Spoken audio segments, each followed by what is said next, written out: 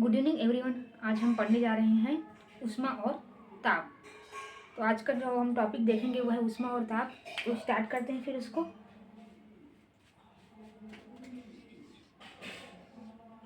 ऊष्मा व ताप। ठीक, ऊष्मा और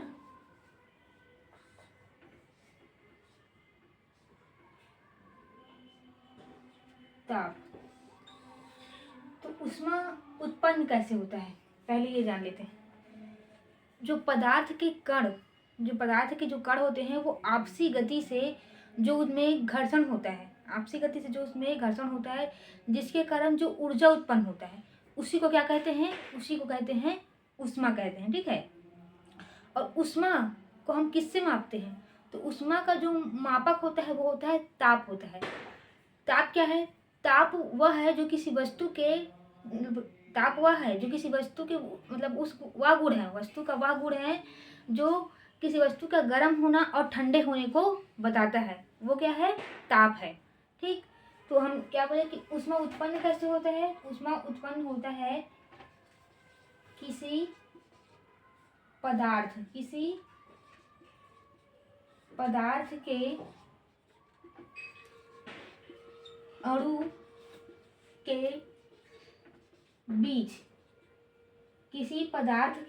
के बीच, आपसी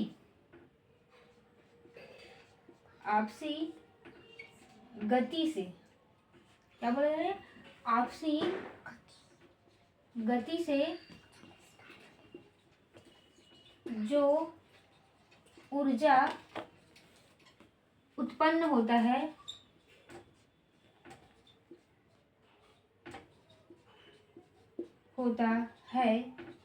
उसे क्या कहते हैं? उसे ऊष्मा कहते हैं।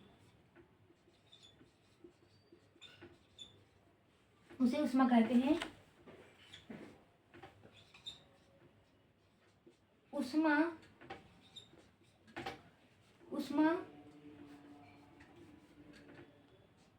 ताप ऊष्मा का मापक होता है। ताप क्या होता है? ऊष्मा का मापक होता है। ठीक। अब बताएंगे हम ताप। किसी भी वस्तु का वह गुण जिससे उसके ठंडे या गर्म होने का पता चलता है, उसे हम क्या कहते हैं? उसे हम ताप कहते हैं। ठीक। पहले क्या बताएं? ऊष्मा उत्पन्न कैसे होता है? जब पदार्थ के अणु आपसी गति करते हैं तो जो ऊर्जा उत्पन्न होती है उसे ही हम क्या कहते हैं? ऊष्मा कहते हैं। और ऊष्मा को मापते किस रूप में है? तो ऊष्मा को हम जो मापते हैं उसको कहते हैं ताप। ताप क्या है? किसी भी पदार्थ का वह गुण है जिससे यह पता चलता है कि वस्तु ठंडा है कि गर्म है। ठीक। अब ताप को हम कितने प्रकार से नाप सकते हैं? ठीक है। ताप को हम नापते हैं सेल्सियस में।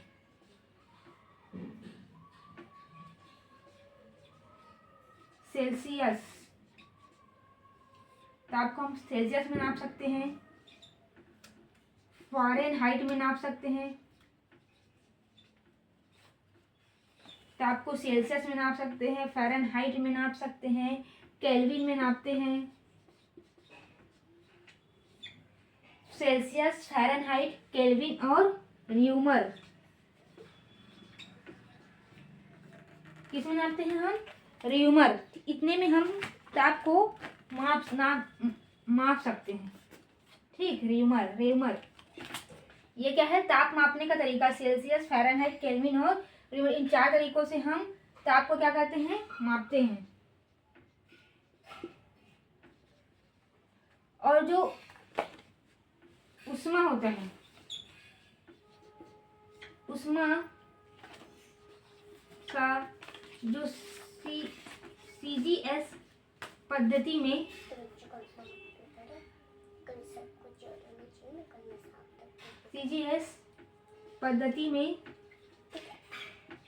मात्रक क्या होता है? CGS पद्धति में मात्रक होता है कैलोरी और SI जो पद्धति होता है उसमें जो मात्रक होता है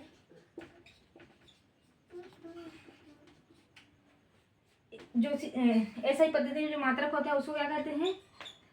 जूल कहते हैं। तो 1 कैलोरी में कितना जूल होते हैं? 1 कैलोरी में 4.2 जूल होता है, ठीक। और 1 जूल में 0.24 कैलोरी होता है। क्या होता है? 0.24 कैलोरी होता है। तो हम लोगों को क्या देखा कि ताप को हम कितने तरीके से माप सकते हैं। तो ताप को हम सेल्सियस में, फ़ारेनहाइट में, केल्विन में और रीमर में नाप सकते हैं, ठीक। और इसका जो ताप है उसका उष्मा है, उष्मा का जो CGS पद्धति में मात्रक क्या है? कैलोरी। और SI पद्धति में मात्रक क्या है? वो है जूल।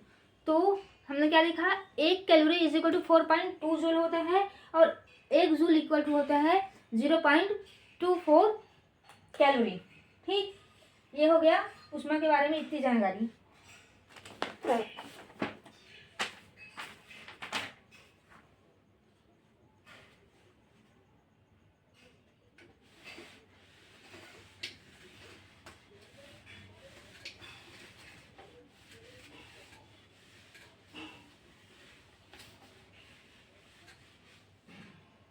ठीक, अब देखते हैं कि अब हम ऊष्मा का क्या देखेंगे? परिभाषा देखेंगे। तो क्या है ऊष्मा? ऊष्मा एक प्रकार की ऊर्जा है। क्या है? ऊष्मा एक प्रकार की ऊर्जा है जो तापांतर के कारण उच्च ताप से निम्न ताप की ओर क्या होती है? प्रवाहित होती है। क्या होती है? प्रवाहित होती है। ऊष्मा एक प्रकार का क्या है? ऊर्जा है जो तापांतर के कारण उच्च ताप से निम्न ताप की ओर क्या होता है? प्रवाहित होती है। इसे क्या कहते हैं? हम ऊष्मा कहते हैं, ठीक। मान लो उदाहरण के लिए जैसे ये एक है, ये एक तार है A, ये एक दूसरा तार है ये B, ठीक। इसका ताप कितना है? इसका मतलब ताप है 50 सेल्सियस, ठीक है। और इसका जो ताप है वो है 30 सेल्सियस, ठीक। अब जब इसको और ऊष्मा दी जाएगी, और ये तार ऐसे क्या है? आपस में जुड़े हुए हैं, ठीक। जब इसको इस तार को और ऊष्मा दी जाएगी तो ये जो ऊष्मा है वो इस तार के माध्यम से इसकी ओर प्रवाहित होने लगेगा, ठीक। क्योंकि इसका जब क्या है? तापमान ज़्यादा है। अब ये तापमान बढ़ते बढ़ते बढ़ते पूरा ऐसे गर्म होके, जैसे हम सब खाना ही जब बनाते हैं तो जब हम कढ़ाई में चम्मच चलाते रहते हैं और चम्मच वही कढ़ाई में छूट जाता है तो कढ़ाई से लगे हुए हिस्से से पूरा जहाँ तक हम पकड़ते हैं वहाँ तक पूरा चम्मच गर्म हो जाता है। ये सबसे बेस्ट उदाहरण है कि इसका ऊष्मा का जो उच्च ताप से निम्न ताप की ओर प्रवाहित होने का जो ये कॉन्सेप्ट बताया है उसका सबसे अच्छा उदाहरण है समझने के लिए कि अगर हम कढ़ाई में चम्मच को भूल जाते हैं और गैस ऑन रहता है तो पूरा उसके पकड़ने वाले तक जो हिस्सा क्या है? डायरेक्ट जो ताप है उससे टच में नहीं है, उसके बाद भी वो क्या होता है, गर्म हो जाता है। यही है कि जो उच्च ताप से निम्न ताप की ओर क्या होता है, प्रवाहित होता है। इसका उदाहरण इसको ही मान लो कि जब हम खाना बनाते हैं तो जो चम्मच होता है वो कढ़ाई में अगर हम भूल जाते हैं तो जो कढ़ाई से बाहर निकला वाला हिस्सा रहता है वो भी क्या हो जाता है, गर्म हो जाता है। यही है उच्च ताप से निम्न ताप की ओर प्रवाहित होता है कौन, ऊष्मा। ठीक, ये हुआ।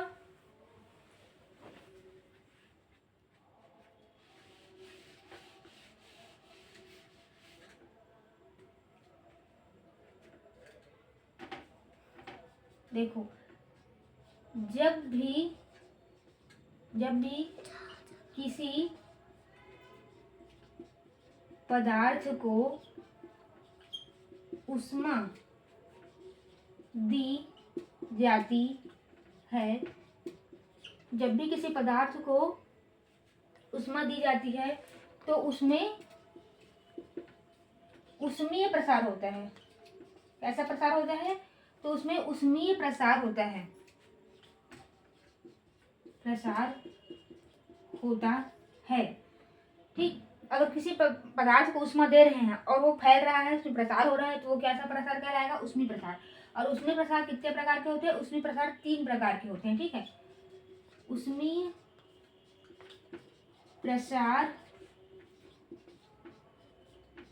3 प्रकार के होते हैं।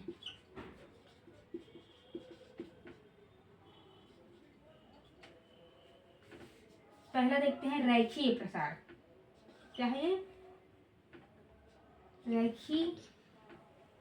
रैखीय प्रसार।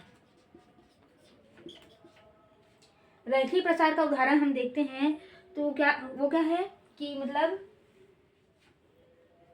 जो वो होता है, ट्रेन का पटरी होता है। ठीक, जो ट्रेन का पटरी होता है उसमें जब ट्रेन का पटरी बिछाया जाता है तो उसमें थोड़ा थोड़ा गैप छोड़ दिया जाता है, ताकि गर्मियों के दिनों में जब तापमान अधिक हो तो वो गैप प्रसार से भर जाए। इसे ही क्या कहते हैं, रैखीय प्रसार। मतलब जिसमें लंबाई में प्रसार हो उसको क्या कहते हैं, रैखीय प्रसार। ट्रेन के पटरी में छोड़ा गया गैप जब तापमान अधिक होने पर क्या होगा, उस लोहे में प्रसार होगा तो वो गैप भर जाएगा, इसलिए ट्रेन के पटरी में क्या छोड़ा जाता है, गैप छोड़ा जाता है।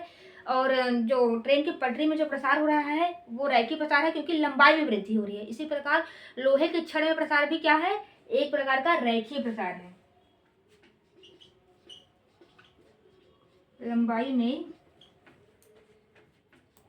प्रसार, लंबाई में प्रसार को क्या कहते हैं, रैखीय प्रसार कहते हैं। उदाहरण के लिए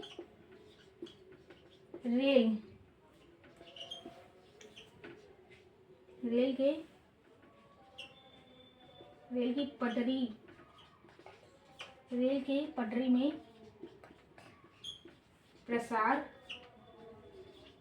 छड़ में क्या प्रसार। ठीक है, छड़ में प्रसार। अब जो होता है दूसरा प्रकार होता है वो होता है क्षेत्रीय प्रसार। क्या होता है, क्षेत्रीय प्रसार। इसमें क्या होता है, लंबाई और चौड़ाई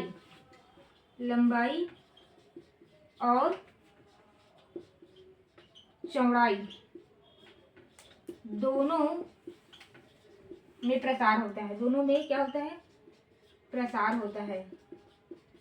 लंबाई और चौड़ाई दोनों में जब प्रसार होता है तो उसको क्या कहते हैं, उसे कहते हैं क्षेत्रीय प्रसार। तो जैसे कि जो बैलगाड़ी देखे हो, बैलगाड़ी का जो रहता है पहिया रहता है उसमें हॉल चढ़ाया जाता है।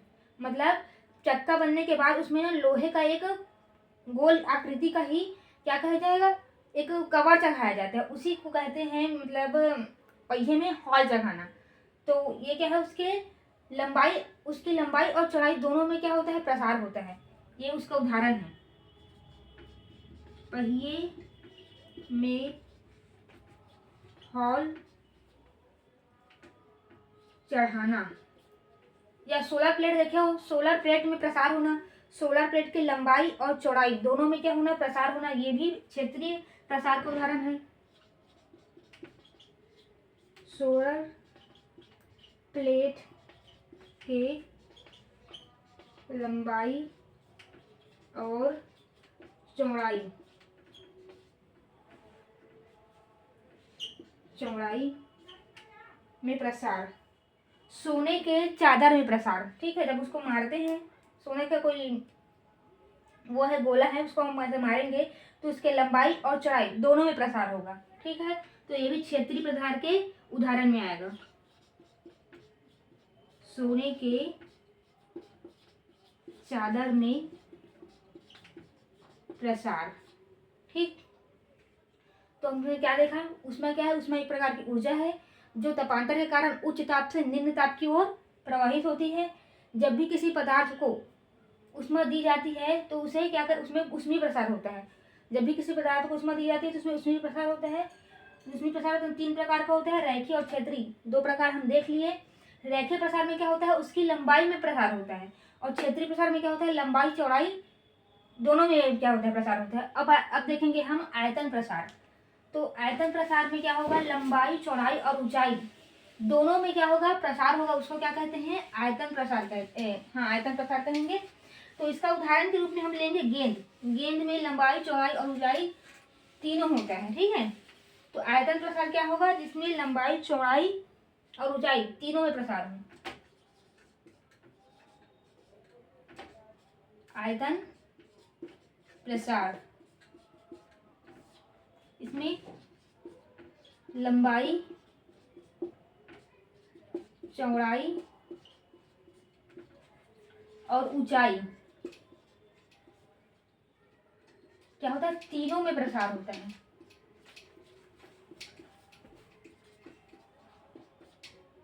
उदाहरण के लिए लेंगे हम गेंद।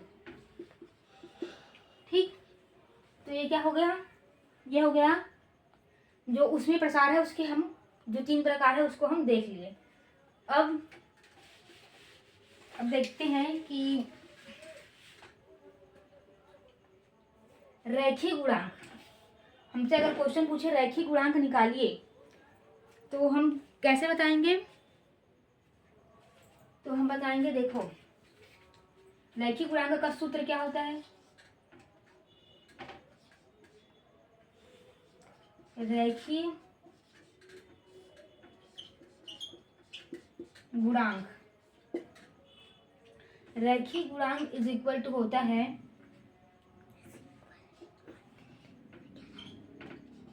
लंबाई में परिवर्तन बटे प्रारंभिक लंबाई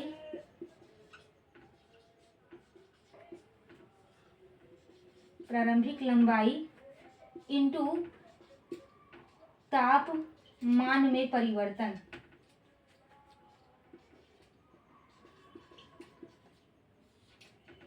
तापमान में परिवर्तन, ये रैखिक गुणांक निकालने का ये सूत्र होता है, लंबाई में परिवर्तन बटे प्रारंभिक लंबाई इंटू तापमान में परिवर्तन। ठीक है, ये हुआ रैखिक गुणांक। उसके बाद हम देखते हैं क्षेत्रीय गुणांक।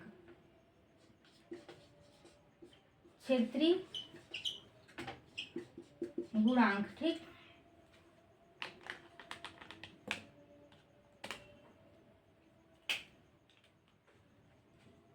क्षेत्रीय गुणांक इज इक्वल टू होता है क्षेत्रफल में परिवर्तन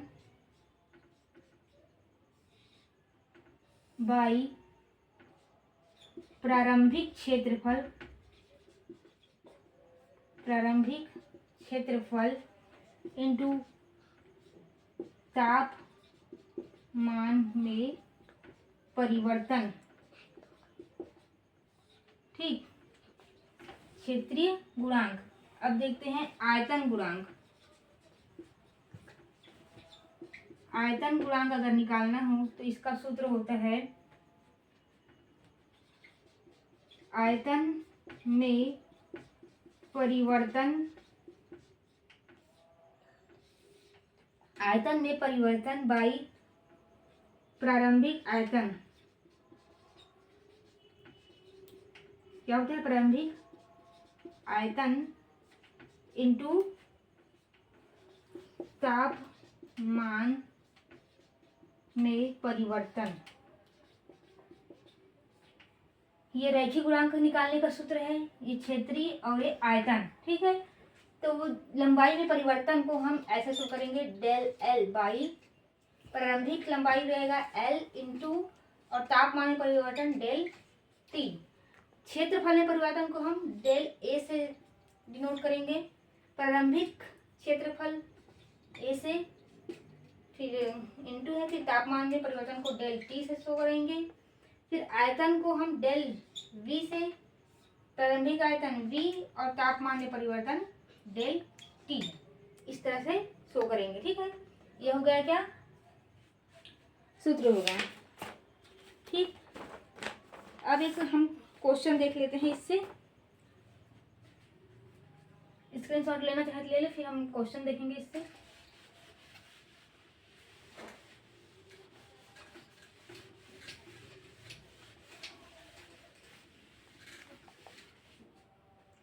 क्वेश्चन क्या है, एक छड़ की लंबाई 10 मीटर से बढ़कर 12 मीटर हो जाती है। क्वेश्चन है, एक छड़ की लंबाई 10 मीटर से बढ़कर 12 मीटर हो जाती है। ठीक है, 12 मीटर हो जाती है, जबकि तापमान 400 केल्विन से बढ़कर 420 हुआ है। ठीक है, क्या बोल रहा है, जबकि तापमान 400 केल्विन से बढ़कर क्या हुआ है, 420 हुआ है, तो रैखिक गुणांक क्या होगा। तो रैखिक गुणांक क्या होगा, ये क्या है, क्वेश्चन है। अभी इसको हम सॉल्व करेंगे। ठीक, तो रैखिक गुणांक का सूत्र क्या होता है, रैखिक,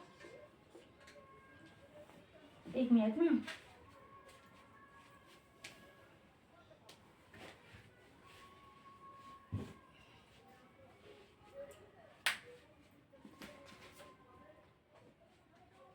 रैखिक गुणांक का सूत्र होता है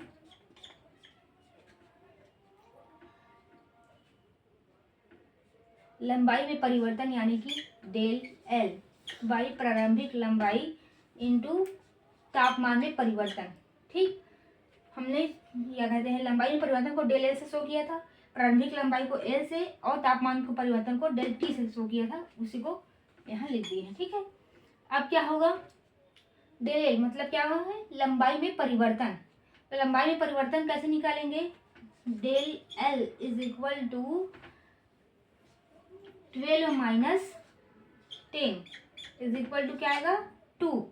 लंबाई में परिवर्तन कितने का हुआ है, 2, पहले कितना था 10, बढ़ के क्या हुआ है 2, कितना परिवर्तन हुआ है, 2 मीटर का परिवर्तन हुआ है, तो यहाँ पर क्या आ जाएगा 2। प्रारंभिक लंबाई कितना था, प्रारंभिक लंबाई है 10, तापमान में कितना परिवर्तन हुआ है, तो ये पहले कितना था 400 था, del T is equal to पहले कितना था 400 था, अब 420 में से पहले था 400, बढ़ के कितना हुआ 420, तो 420 में से 400 को हटाएंगे, कितना बचेगा 20 बचेगा।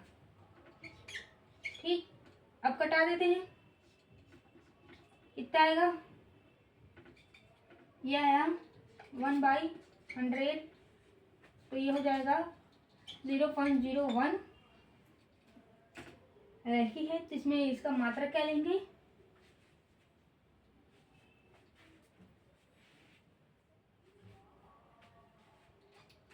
प्रति कैलोरी। ठीक है, प्रति कैलोरी लिए हैं, मात्रक में 0.01 कैलोरी इतना आया। ठीक, तो ये क्वेश्चन हो गया, आप स्क्रीनशॉट ले लें।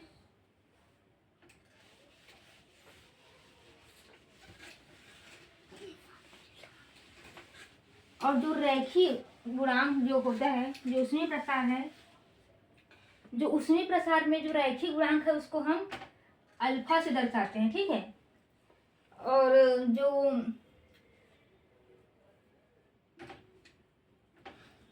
क्षेत्रीय प्रसार है उसको हम बीटा से दर्शाते हैं, और जो आयतन प्रसार है उसको हम गामा से दर्शाते हैं, अल्फा, बीटा और गामा, ठीक है। रैखिक प्रसार को अल्फा से, क्षेत्रीय प्रसार को बीटा से, और जो आयतन प्रसार होता है उसको हम किससे दर्शाते हैं, गामा से। तो इसका अनुपात क्या होता है, इसका अनुपात होता है 1:2:3। ये इसका क्या होता है, अनुपात होता है। रैखिक का, क्षेत्रीय का और आयतन का अनुपात क्या होता है, 1:2:3। मान लो हमको दे दिया है कि एक क्षण का रैखिक प्रसार कितना बोल दिया है, एक क्षण का रैखिक प्रसार दिया है अल्फा = 12 रैखिक प्रसार दे दिया है, और हमको पूछ रहा है कि बीटा और गामा का रैखिक प्रसार कितना है बताओ। मतलब अल्फा का रैखिक प्रसार दिया है, रैखिक प्रसार 12, तो क्षेत्रीय और आयतन प्रसार हमको पूछ रहा है, तो इसका अनुपात क्या होता है, 1:2:3 होता है। तो इसका तो हमको दे दिया है रैखिक का कितना दिया है, 12, तो 12 को गुणा किया, 12×12, ठीक। अब ये क्या है, क्षेत्रीय प्रसार है, क्षेत्रीय प्रसार को बीटा से दर्शाते हैं, तो ये हो जाएगा 12×24, ठीक। और जो आयतन प्रसार है उसको गामा से दर्शाते हैं, 12×36। हमको एक किसी का मान दे देगा, रैखिक प्रसार का मान दे दिया, जैसे इसमें रैखिक प्रसार का जो क्या दिया है, 12 दिया है। इसका क्षेत्रीय व आयतन प्रसार हमको पूछ रहा है, क्या पूछा है, क्षेत्रीय और आयतन प्रसार पूछा है। तो अल्फा = 12, और हमको क्या पूछा है, क्षेत्रीय और आयतन प्रसार। तो हमको अनुपात पता है, 1:2:3 होता है। इसमें रैखिक, क्षेत्रीय और आयतन प्रसार में अनुपात कितना होता है, 1:2:3। तो जो अनुपात दिया रहेगा उसको फिर तीनों से गुणा कर दोगे, तो आपको बाकी जो 2 रहेगा उसका अनुपात पता चल जाएगा। क्वेश्चन में और क्या है, एक वस्तु का क्षेत्रीय प्रसार कितना है, एक वस्तु का क्षेत्रीय प्रसार दिया है 30। क्षेत्रीय प्रसार मतलब हमको बीटा का मान दे दिया है, तो हम क्या करेंगे, यह क्षेत्रीय प्रसार कितना है, 30 है। एक वस्तु का क्षेत्रीय प्रसार है 30, तो हमको क्या ज्ञात करना है, हमको रैखिक और आयतन प्रसार ज्ञात करना है, ठीक है। तो हम क्या करेंगे, 15 को गुणा करेंगे इसमें, तो 15×15, 15 दूनी क्या करेंगे 30, और 15×3 = 45, क्योंकि हर स्थिति में इनके बीच का अनुपात फिक्स है, यही आना चाहिए, 1:2:3। तो हमको पता चल गया है कि रैखिक प्रसार, जो क्षेत्रीय प्रसार है उसका मान क्या है, 30 है। तो 30 का आधा क्या होगा, 15, तब 15 दूनी 30 और 15×3 = 45, ठीक। एक और उदाहरण देख लेते हैं। एक वस्तु का आयतन प्रसार कितना, 36 है। इस बार हमको ये वाला मान दिया है गामा का, एक वस्तु का जो आयतन प्रसार कितना है, 36। तो हमको क्या निकालना है, हमको निकालना है रैखिक और क्षेत्रीय प्रसार निकालना है। तो क्या करेंगे, 12×12, 12 दूनी 24 और 12×3 = 36। इसको घटाएंगे तो 12×12, 12 दूनी 24, 12×3 = 36। हर स्थिति में अनुपात हमको यही प्राप्त होना चाहिए, 1:2:3। तो हमें उसको काउंट करना होगा कि जैसे 12 दिया है, मतलब 12 दूनी 24, 12×3 = 36 हो गया, ठीक है। अब हमको बीटा का मान दे देगा, बीटा का मान दिया है मतलब 30 आ रहा है। तो इसमें क्या गुणा करें कि वापस घटाएं, तो 1 प्राप्त हो, ये 2 प्राप्त हो, 3 प्राप्त हो, ये हमको माइंड में क्लिक करना होगा।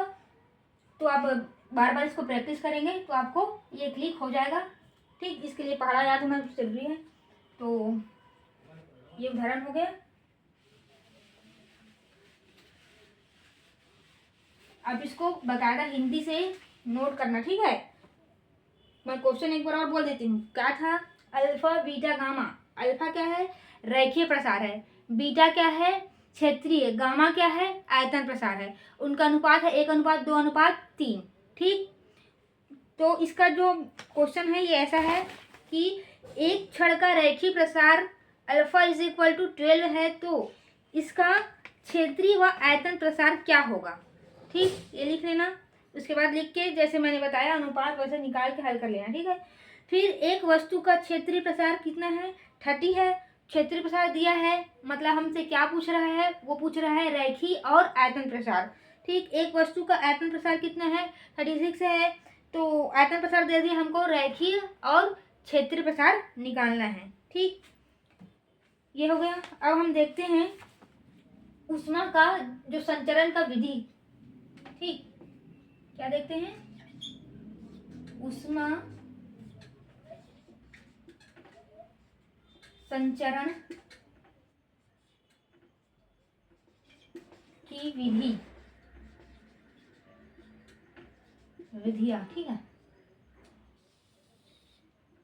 तो पहला जो विधि है वो है,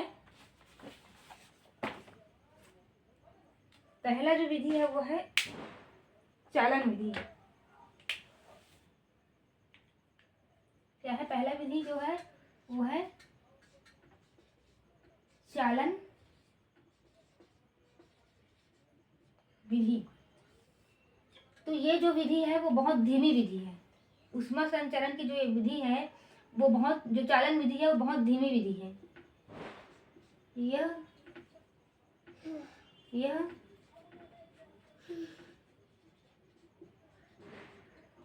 धीमी विधि है। क्या है, धीमी विधि है, ठीक।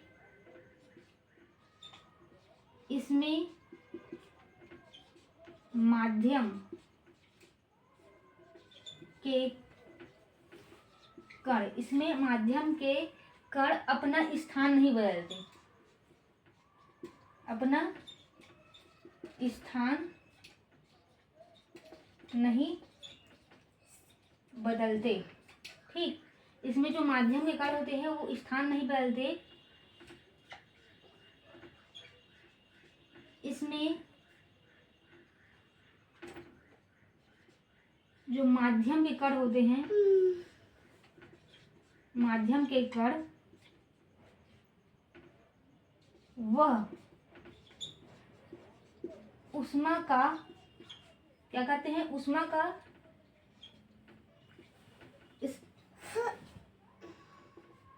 स्थानांतरण करते हैं, ठीक है।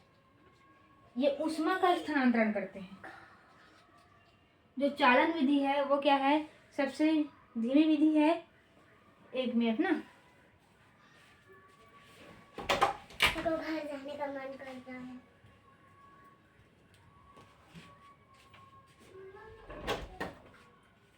ठीक।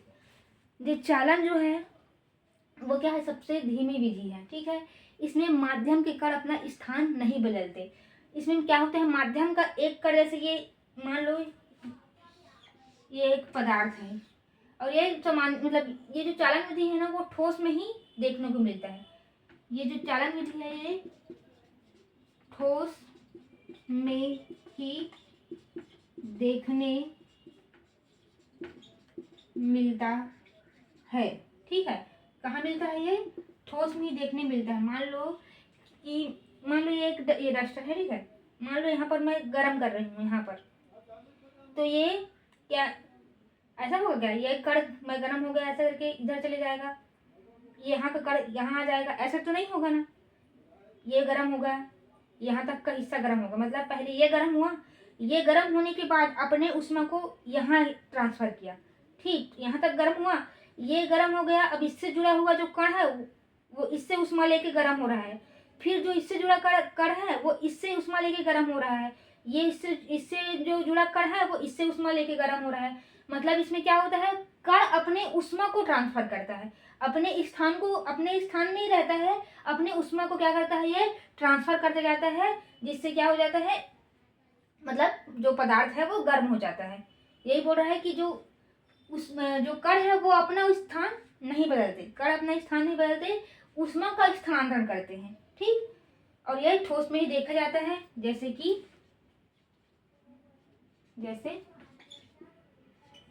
क्षण, ठीक। यह हो गया चालन विधि। अब देखते हैं दूसरा है संवहन संवहन विधि।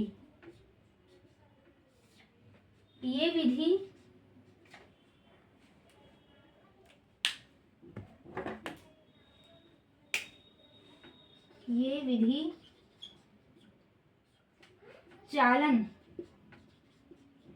चालन विधि से क्या होता है, ये विधि चालन विधि से तेज होता है।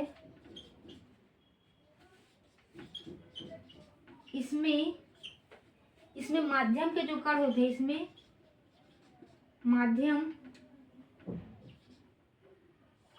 माध्यम के कण स्थान बदलते हैं। माध्यम के कण स्थान बदलते हैं।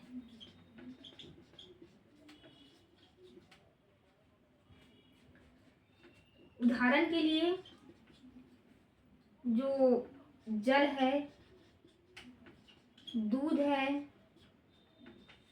जल हो गया, दूध हो गया, वायुमंडल हो गया, वो सब संवहन विधि से ही क्या होते हैं, गर्म होते हैं। ठीक है, ये जो विधि है संवहन विधि, वो चालन विधि से क्या होता है, तेज होता है। और इसमें जो होते हैं माध्यम के कण क्या होते हैं, अपना स्थान बदलते हैं। ठीक, उदाहरण के लिए जल, दूध और वायु। पानी देखना, कभी भी आप गर्म करोगे तो जब गर्म होगे जो पानी है वो ऊपर उठते जाता है, ऊपर उठते जाता है, और जो पानी जब ठंडा रहता है वो नीचे जाके फिर गर्म होके फिर ऊपर आते जाता है। इस तरह क्या होता है, दूध भी ऐसे ही होता है, अपना इसके जो दूध के कण होते हैं अपना स्थान बदलते हैं। जल के कण भी, वायुमंडल भी इसी सिद्धांत से क्या होता है, गर्म होता है संवहन विधि से। ठीक है, अब देखते हैं हम विकिरण विधि। तीसरा क्या है, विकिरण विधि। ये जो है ये सबसे तेज विधि है। ठीक है, मैं इसको मिटा देती हूँ, ये नीचे लिख के नहीं बनेगा।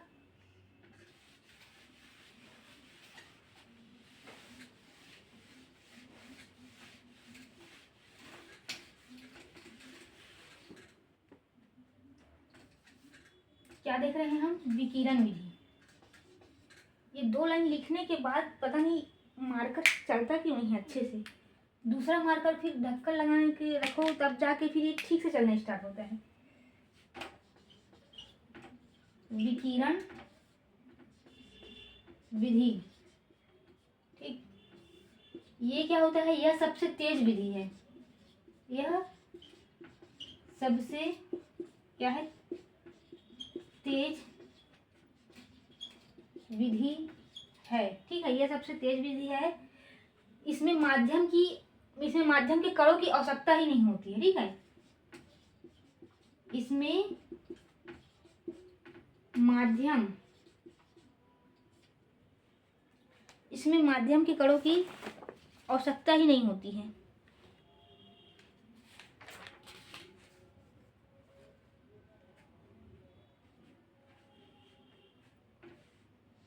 इसमें जो माध्यम के कण की आवश्यकता नहीं होती है। ठीक है, ये खुद क्या होता है, एक प्रकाश का स्रोत होता है। स्वयं क्या होता है, प्रकाश का स्रोत होता है। स्वयं प्रकाश का क्या होता है, स्रोत होता है। ठीक, जैसे सूर्य। ठीक, सूर्य हो गया, और गर्म भट्ठी, ये क्या है, इसके उदाहरण है इसके विकिरण विधि से। विकिरण विधि, ऊष्मा का संचरण। और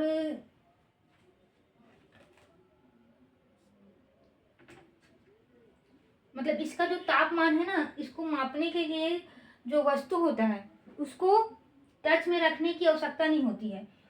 इससे जो विकिरण निकलता है ना, उसी से ही क्या हो जाता है, तापमान माप लिया जाता है। इसमें विकिरण विधि से।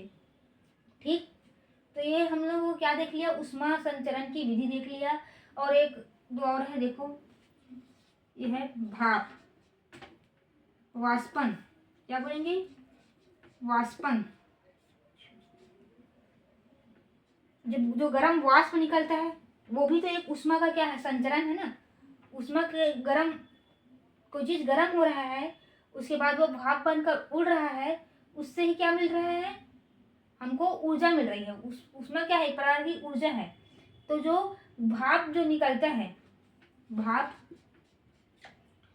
वो भी क्या है, उष्मा का, उससे भी क्या होता है, संचरण होता है। भाप के द्वारा इससे भी क्या होता है, उष्मा का संचरण होता है। और क्या है, अभी वाहन, जो क्षैतिज रेखाएं चलती है गर्मी में, लू, जो क्षैतिज रेखा चलती है गर्मी में, उसको हम क्या कहते हैं, लू। वो भी एक प्रकार का उष्मा का क्या कहता है, संचारण ही कर रहा होता है। वो भी क्या होता है, गर्म होता है ना बहुत, तो इससे भी क्या होता है, उष्मा का संचरण होता है। किसे, अभिवहन यानी कि लू से। ठीक, ये हो गया। अब हम देखते हैं, कीरचाप का नियम देख लेते हैं। ठीक है,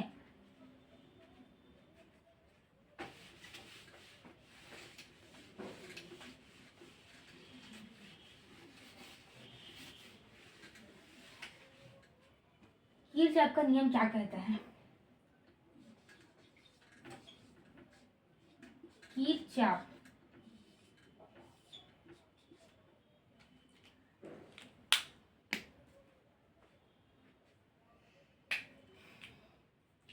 जो जितना अच्छा अवशोषक होता है वो उतना अच्छा उत्सर्जक होता है। ये क्या कहता है, कीरचाप का नियम यही कहता है कि अगर कोई वस्तु अच्छा अवशोषक है तो अच्छा उत्सर्जक होगा, यानी कि कोई वस्तु जितना जल्दी गर्म होगा वो उतना ही जल्दी क्या होगा, ठंडा भी होगा। ये नियम किसने दिया है, ये नियम दिया है कीरचाप ने।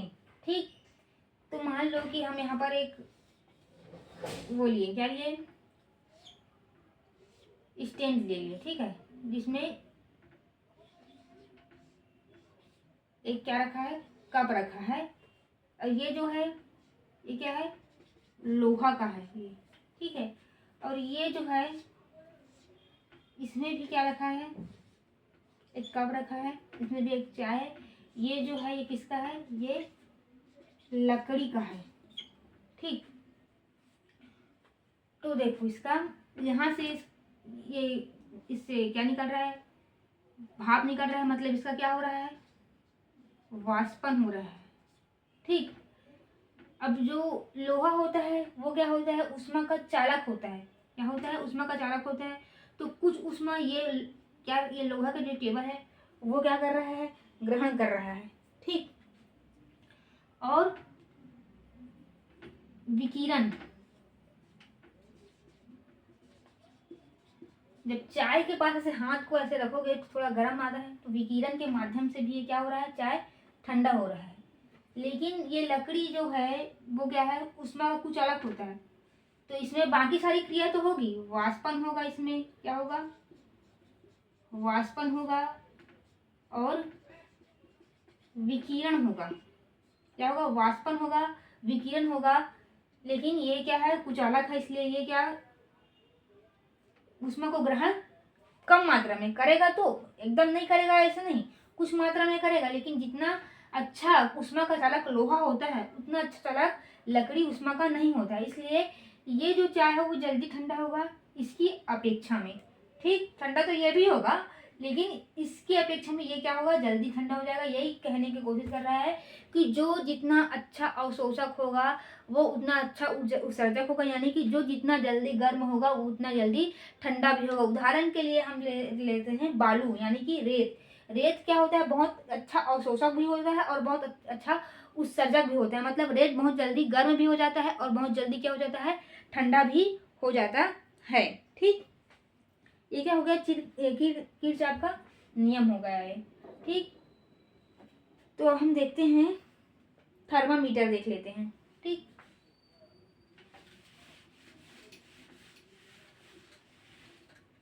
एक मिनट,